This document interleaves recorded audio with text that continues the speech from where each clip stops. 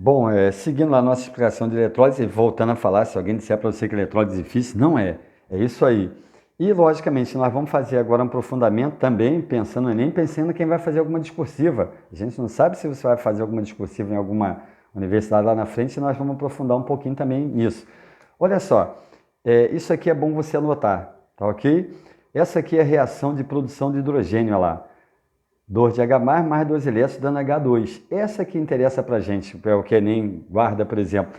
E aqui, quando o H é produzido, ó, o H, na realidade, quando ele é produzido, ele produz oxigênio. Olha lá, O2, gás oxigênio. Então, ó, o hidrogênio é produzido assim, ó, 2 de H+, mais 2 elétrons dando H2. Quer dizer, a gente mostrou lá agora. Se o cara pedir a reação, essa é a reação. Essa reação aqui é pedida quando numa questão discursiva. Quando o cara quer só um elétron lá do hidrogênio, ele quer a produção de hidrogênio só com um elétron ou só com 3 elétrons. O cara fala, eu quero a produção, como é que é a reação de produção de hidrogênio com um elétron só? Está aqui a reação com elétron, está aqui a reação com 3 elétrons. E também aqui é a mesma coisa, ó, só chamando a atenção para o detalhe. Olha lá, quando eu produzo OH, quando o OH vai ser produzido lá no eletrodo, na verdade, ele produz gás oxigênio lá. E a reação é essa daqui, ó. 2 de OH-, dando 2 elétrons, mais um meio de O2, mais H2O. E se for 4 elétrons? Se ele pedir com 4 elétrons, a reação de baixo só dobra lá. Tudo dobrado. Reparou? Então, essa aqui é a reação, ó. Essa é a reação de produção de hidrogênio que interessa pra gente. Eu tenho que saber ela, tá ok? E essa é a produção quando é produzido o OH, que no caso produz o gás oxigênio, lá no eletrodo, tá bom? Deixa eu dar um pause aqui para virar a folha. Anota aí para gente isso no caderno. Vira e mexe, você vai precisar disso em algumas questões. Bom, aqui já é mais um aprofundamento também. Vou chamar a atenção para um detalhe. Quando você acabar de assistir a aula aqui e fizer o exercício da apostila, volta na apostila para dar uma lida. Né? Na apostila, lê o capítulo 23, porque você, depois que você tiver essa ideia aqui, você consegue ler lá e enxergar muito melhor. Você vai ter uma noção muito mais forte de eletrólise. Logicamente, aqui a gente está falando só de eletrólise ígnea e aquosa, tá ok? No próximo capítulo a gente vai calcular a massa que é produzida, tudo isso. E você vai ouvir falar em eletrodeposição. O que é isso aí lá? É um processo que permite o revestimento de uma peça metálica com outro metal, sendo utilizado na produção do metal contra a corrosão. Quer dizer, você vai ver isso lá, acontece douração, cromagem, aí vira e mexe aparece também esse palavrão, anodização. Né? A anodização é a reação que ocorre no anodo. Aí, de vez em quando, logicamente, um cara vai na sua casa fazendo serviço, é melhor você botar esse metal anodizado aqui, ou essa pintura anodizada. Pô, o que é isso? Que não explicam para eles. Eles, logicamente, não vão dar uma aula de eletrólise para os caras para dizer que a anodização é quando acontece a reação de eletrodeposição no anodo.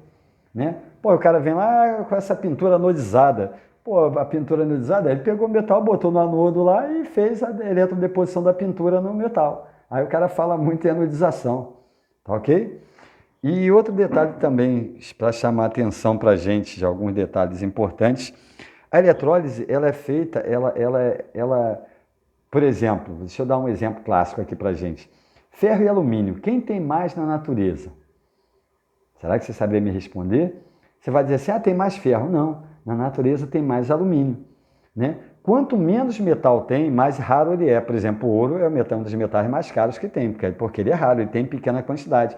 Mas, Murilo, o ferro não é barato? É. Ele deveria ser o metal de maior quantidade na natureza. Deveria, mas não é. O metal de maior quantidade na natureza é o alumínio. Mas então por que ele é mais caro do que o ferro? Porque o alumínio ele é conseguido através da eletrólise, que é um processo muito mais caro do que a produção do ferro, né? Lá no alto forno. Então o alumínio é produzido aqui, ó, na forma de eletrólise. É muito mais caro do que a produção do ferro.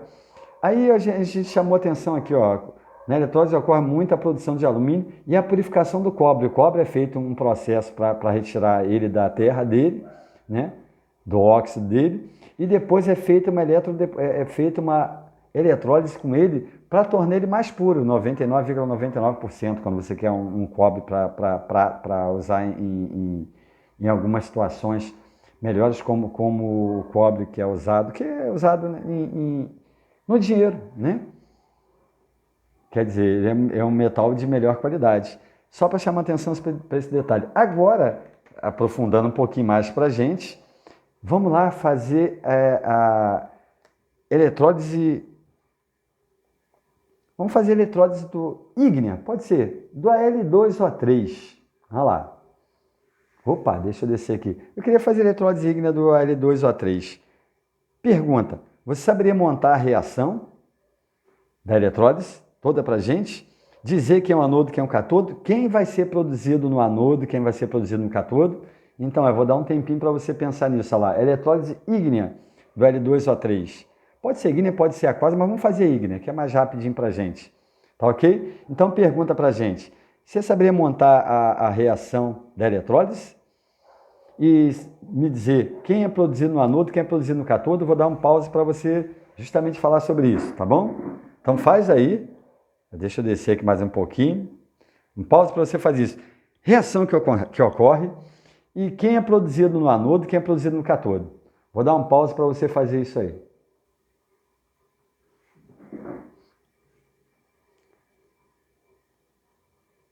Pronto, espero que você tenha dado pause lá. Aí vamos direto lá. A reação Al2O3, olha lá, vai ser produzido Al mais O2, não é isso? Aí, logicamente, eu tenho que fazer o balanceamento disso aqui, ó, 2 alumínio, 2 alumínio. Pô, 3 oxigênio lá, 3 meios, ó. Pronto. Olha lá, essa é a reação que vai ocorrer. Ótimo. Agora, vou calcular o NOx deles, ó. O NOx do alumínio é mais 3, do oxigênio é menos 2. Aqui é 0 e 0. Olha lá. Eu já sei por aqui, ó, de mais 3 para 0, aumentou ou diminuiu? Sofreu redução. Aí eu posso... O cara pode perguntar qualquer uma dessas coisas. E o oxigênio de menos 2 para 0, ele aumentou, ele sofreu oxidação.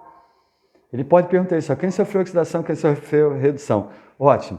Então aqui, ó, eu tenho alumínio, o alumínio... Opa, ó, eu gosto de colocar só para chamar atenção, mas não precisa colocar isso não, tá bom? O alumínio é a parte positiva e o oxigênio é a parte negativa. Então o alumínio vai procurar o catodo, ó lá. Vai ser produzido quem? Alumínio 0. E aqui vai ser produzido oxigênio, ó lá. Tá ok? Olha, vai ser produzido oxigênio, a parte negativa vai procurar aqui, aqui vai ser produzido oxigênio. Só que, pronto, essa seria a nossa resposta. Só que para a galera que vai fazer uma universidade diferente, vai fazer algum vestibular discursivo ou medicina também, lá na frente, né? É um detalhe curioso. Aí já é um aprofundamento para a gente.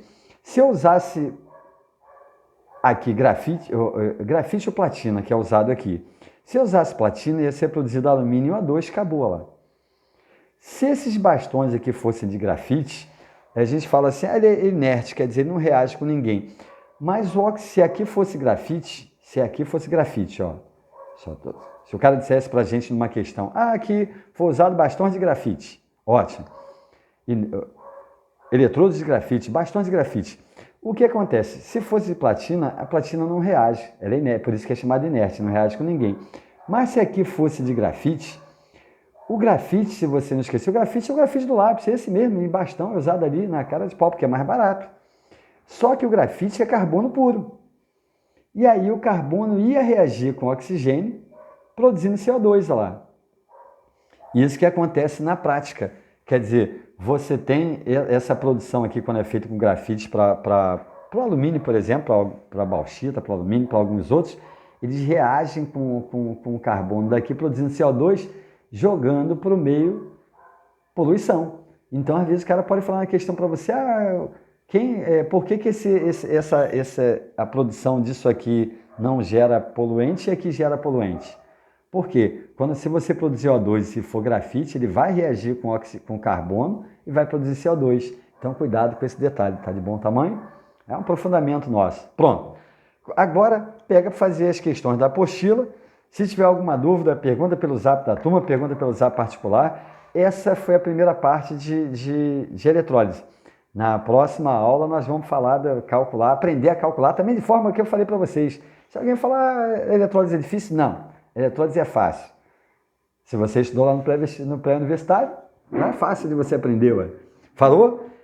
Um abração para vocês. Próxima aula a gente segue. Tchau, tchau.